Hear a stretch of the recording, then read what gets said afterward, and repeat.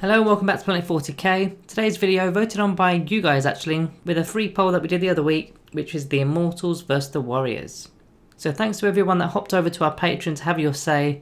I didn't quite realise you had to sign up to vote, although it is free to join. So Immortals versus Warriors. This video we're going to be comparing the two units and throwing them into a few scenarios to see just how well they actually do on the battlefield. Before we look at the comparisons, we first need to look at the points cost for each unit as they're not equal. For a 5-man unit of Immortals, it's going to cost you 85 points, whereas with the Warriors, a min unit of 10 men is going to cost you 130. You can't take a min unit of 5, the minimum is 10. So now, even though Immortals are more expensive man for man, you've got them as a cheaper option if you're fielding them as a min unit, because it's only 85. So let's display both of their stat lines on the screen just so that we can start off with the video. So firstly, picking out those differences in the stats. The Immortals have a higher toughness, which is toughness 5, and an extra attack, and a slightly better armor save of a 3+. The other key differences within the profile itself is the Warriors have an ability to reroll 1s to their Reanimation Protocol rolls, which is quite significant, as you'll see in the resiliency section later in the video. Looking at their actual firepower that both units have, both have two options. The Immortals can take the Ghost Blasters, which are 30-inch rapid fire 1, strength 5, minus 2 AP and 1 damage. Or for 2 points per model extra, you can get the Tesla Carbines, which are only 24-inch range, but they're assault 2, strength 5, no AP and 1 damage. And of course, any 6s to hit will score 2 additional hits. Warriors on the other hand, they can opt for either the Gorse Flayers, which are 24-inch range, rapid fire 1, strength 4, minus 1 AP and 1 damage, or the Gorse Reapers, which are only 12-inch range, assault 2, strength 5, minus 2 AP and 1 damage. So both have access to rapid fire and assault weapons. So let's do some of the math to show exactly what these units are capable of doing in terms of damage. I'm going to be basing all of these figures on a unit of 10 Immortals with Gorse Blasters, which is 170 points, 9 Immortals with Tesla Carbines, as their weapons are 2 points more per model, so that's going to cost you 171 points, and then a unit of 13 Necron Warriors, which is 169 points. So they're almost even when it comes out at their points costs. Also, I'm going to be breaking down the figures into various enemy models within the game just so that we can get a feel of how well each one can do. So let's start by looking at the damage outcomes when they're firing at their full range. Also guys, just bear in mind that we're not going to be adding any buffs to these units and no dynasty codes, so there won't be no mind will be done and whatnot.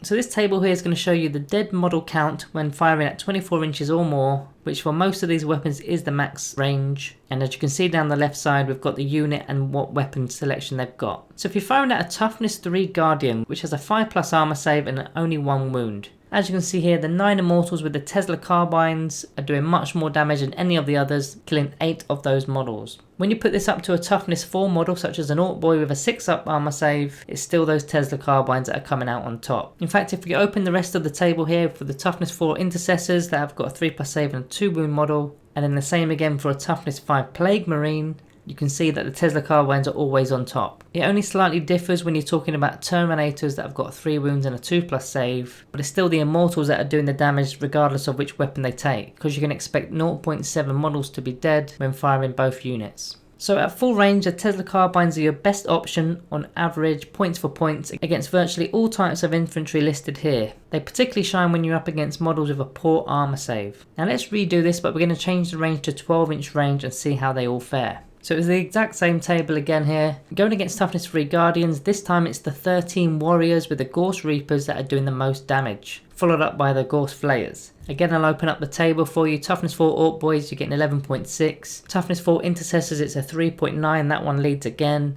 Toughness 5 Plague Marines, it's 2.9. And even those Terminators with 3 wounds and a 2+ armor save, it's doing the best here with 1.9 models dead on average. So once you're at that 12-inch range, those Tesla Carbines actually become the worst option out of the 4, as their figures don't change. Whereas the Reapers now are much more superior versus every type of infantry model. The weapon has the same stats as the Immortals Gorse Blasters, but points for points you can take an extra 3 more models with the Warriors, so you're getting more for your buck. It's worth noting here that the 2 Immortal weapons still perform pretty well against those models with the low armor saves. They aren't too far away on paper when it comes to the better enemy units from the Intercessors onwards, but then you need to consider that although the figures do look similar, each model removed from the right side of the table is worth a lot more points than the infantry models on the left. It's also worth mentioning that the Gorse Blasters can fire twice at 15-inch range, not 12-inch range, as they've got a better weapon range. So next we need to look at their resiliency. Now this is going to not consider any other rules such as Reanimation Protocols or Resurrection Orbs and whatnot. We'll see to that all later. So this table is going to be showing the number of attacks required to destroy the unit outright using ballistic skill 3 or weapon skill 3, so depending on what phase you're in. So when using a strength 3 weapon with no AP, it's the 10 Immortals with the Gorse Blasters that are tanking the most hits here with 135 of those. When you put it up to a strength 4 -1 AP weapon such as a bolt rifle, it's still those Immortals there with 90. Strength 5 -2 AP such as a heavy bolter, they're tanking 45 of those shots. Now here's where it changes. So if you use say a strength 7 -2 AP weapon, it's now the 13 Necron warriors that are tanking the most hits with 36. And if you're putting it right up to a strength 8 -3 AP weapon such as a power fist, they're tanking 29 of them. So the 10 Immortals were always going to be more durable than 9 Tesla Immortals because they've got the same saves, they've just got one more model. Now the warriors are much better at tanking higher strength weaponry purely because of their numbers. The Immortals toughness of toughness 5 only does really come into play when the weapons are equivalent or worse than strength 5. But as mentioned, none of this takes into consideration reanimation protocols. Now where the Immortals shine in their stats, the warriors shine brighter when it comes to reanimation. And this is for two simple reasons.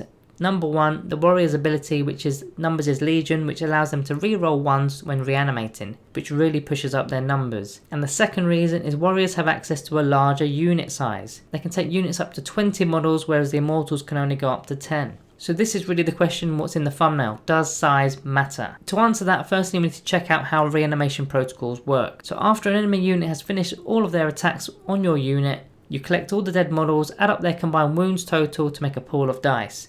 So for example, if 6 warriors die, you're going to have a total of 6 dice as each warrior only has one single wound. You then roll those 6 dice and any rolls of a 5 or more, you'll get warriors back up again. So you've got basically a 1 in 3 chance of standing up a single model such as a warrior, that's before using rerolls of 1s. So in this case, from your 6 dice you should average 2 5+ rolls, and also on average one of those failed attempts will be a 1, which you can reroll and have another attempt at a 1 in 3 chance of getting a model back up. So why this relates to unit sizes, with a unit of 10 Immortals, there is a chance of the entire unit being wiped out in a single enemy attack, and you need at least one model to be standing to have access to reanimation protocols. Whereas with a 20-man warrior unit, there's a much reduced chance of losing the entire unit to a single enemy attack. Even if they manage to destroy 18 warriors, which would be considered to be a very good round of shooting or combat for your opponent, you're still going to have 2 models left standing, and then you can use your reanimation protocols with 18 dice. And you'll on average get between 6 and 8 back up depending on those rerolls of 1s. So in the end your unit's going to be left with between 8 and 10 warriors, which is about half strength, all from a considerably good round of combat or shooting from your opponent. Immortals simply can't do this as effectively with only 10 models. So you need to also go beyond that with additional factors within the Codex such as Resurrection Orbs and the Orb of Eternity relic that can be carried by Overlord models as well as the Locust Lord. So the Resurrection Orbs are a powerful bit of war gear that allow you to use your reanimation protocols even on models that have previously failed their reanimation protocols and been destroyed. So using the example that we had earlier when you had 8 warriors left after reanimation, those other 12 models have been destroyed, and under normal circumstances they cannot reanimate without special characters doing their tricks. This is where a Resurrection Orb comes in. So in your command phase you pop this orb, and now all models that originally were in that unit can attempt to reanimate. So those 12 models that have been destroyed previously get another chance. So it's quite sickening to an opponent when they get your unit down to a single model, you then pop that orb on 19 models. Now the Orb of Eternity works the exact same way, except instead of it being a 5+ roll, it's now a 4+ roll. So there's now more than a 50% chance of each model standing up due to those rerolls of 1s. You could also use a Canoptic Reanimator, but I'd imagine if you did own one, it's been thrown out the window by now, as it's by far the worst unit in the book. Okay, getting back onto the comparison side of things. Yes, orbs work on Immortals. The absolute max amount of models you can use this orb on is only 9 Immortals, which is still okay I guess, but you need to survive in the first place just to use it, so it's quite risky. So that brings me on to the next topic, which is points value. Now we've established what each unit does damage wise and how resilient each unit is. We also now know how they fare when they're being reanimated, but now we need to discuss tactics. And while unit size is still fresh in our minds, I want to start with the Immortals. A 5-man unit of Immortals is the cheapest method of getting troops on the board, and there's lots of pros and cons to field them this way. The obvious flaw is your lack of ability to reanimate, but if you've taken 5 of them then you're not likely relying on this ability. The pros to the Min-Immortal unit are that it's very cheap, cost effective, and like I said, it's a method of getting troops in a detachment, but troops that are also scoring you points because they're going to be camping on objectives with their toughness 5 and a 3+ armor save,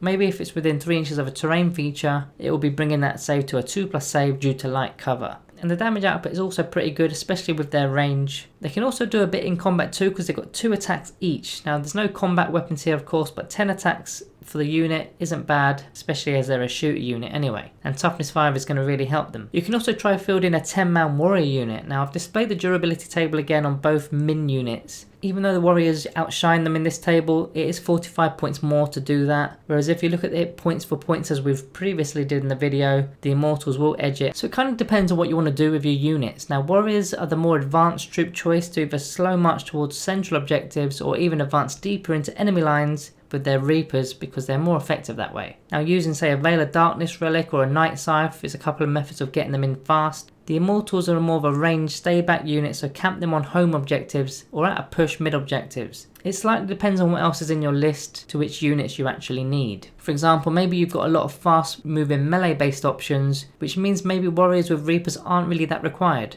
because you've got frontline Lich Guard or whatnot doing all the work. Or maybe it's the opposite and you've got lots of heavy weapons such as Doomsday Arcs or Doomstalkers, so you need some types of units getting up the board, and maybe warriors are it. Also, when you start to add the dynasty codes into the mix, it's a huge element of versatility. For example, the Mefrit code giving a 3-inch extra boost to your range is aiding all 4 of the weapons here in the video, and those rapid fire weapons are also going to get a bit of extra punch when doing double shots in particular. Now I'm sure those warriors with the Reapers are going to love having a 15-inch range too, because even those mid-table warriors are now reaching the backline defences of your opponent's army. The Nefrit code is going to really benefit a 20-man warrior blob, as that 6+ in 1 save will be applied to more models, and similarly the Nihilak code benefits a larger unit because each troop model is considered to be 2 models for the purposes of the objective secured. When we look at the custom codes, warriors benefit from Eternal Conquerors in the same way as they would with the Nihilak dynasty, with the double objective secured bonus. They also favour Unyielding like the Nefrit code.